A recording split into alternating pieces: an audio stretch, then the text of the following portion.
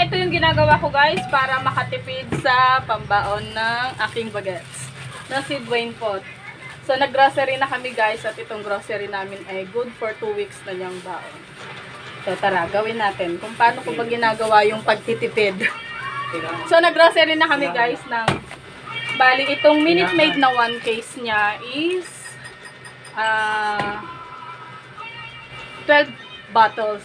So ang isang week naman, di ba, is 5 days. So, meron na siyang good for 10 days. So, lagyan na natin. Start na natin.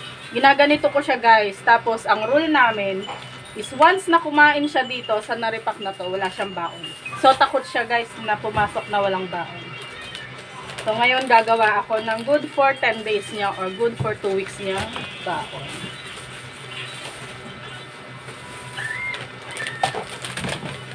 Gawin na muna natin. Yan. So, meron siya ditong special Mond Mamon, at saka meron din siyang Nissin wafer. Ayan. Tsaka meron din siyang Oreo. So, yung Oreo, i-mix-mix ko lang dyan.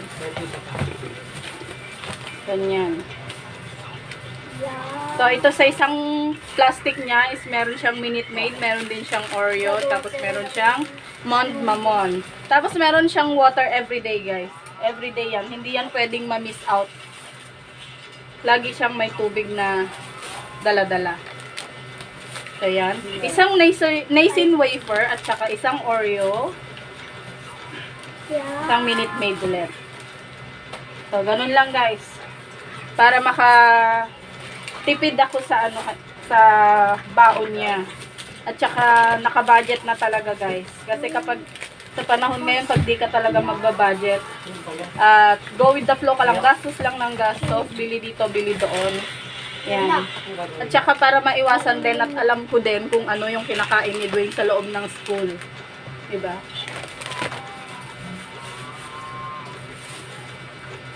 So, ganyan ako, guys.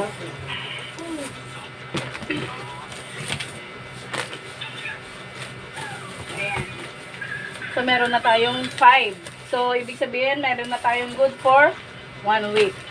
So, ito naman ang ating for 2 weeks. Siyempre, dito sa bahay, hindi na niya ito kakainin. Iba na yung magiging merienda niya. Para hindi naman maumay, no? Tapos, Sabado-Linggo, hindi rin ganito ang kakainin niya. Para, pagdating ulit ng another week is ready siya sa mga ganitong panlasa. So, ayan. Magawa na tayo ng good for pang 7 days na to, guys. Ayan.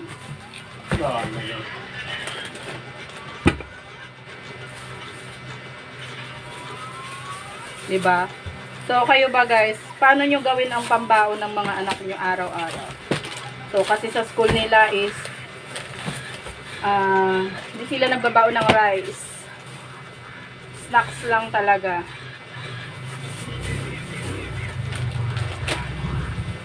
So, ito. Yan. And then, ito. So, yan.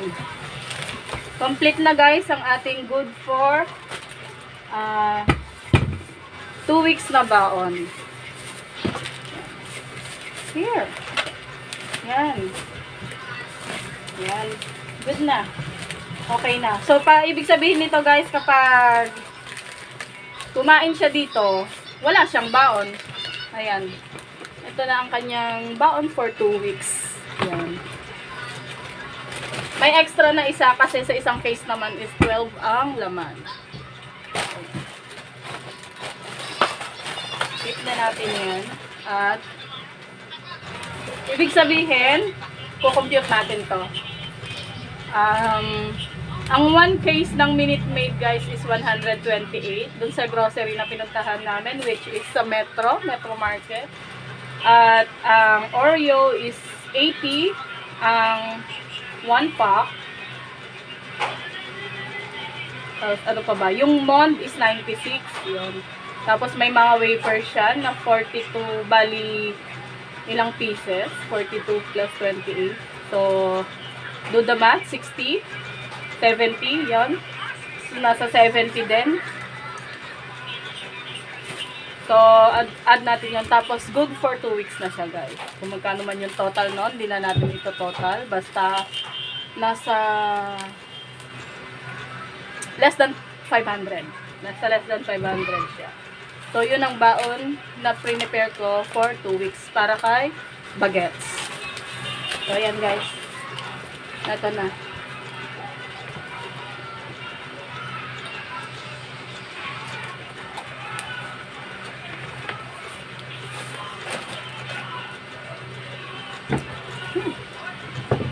Good for 2 weeks na baon.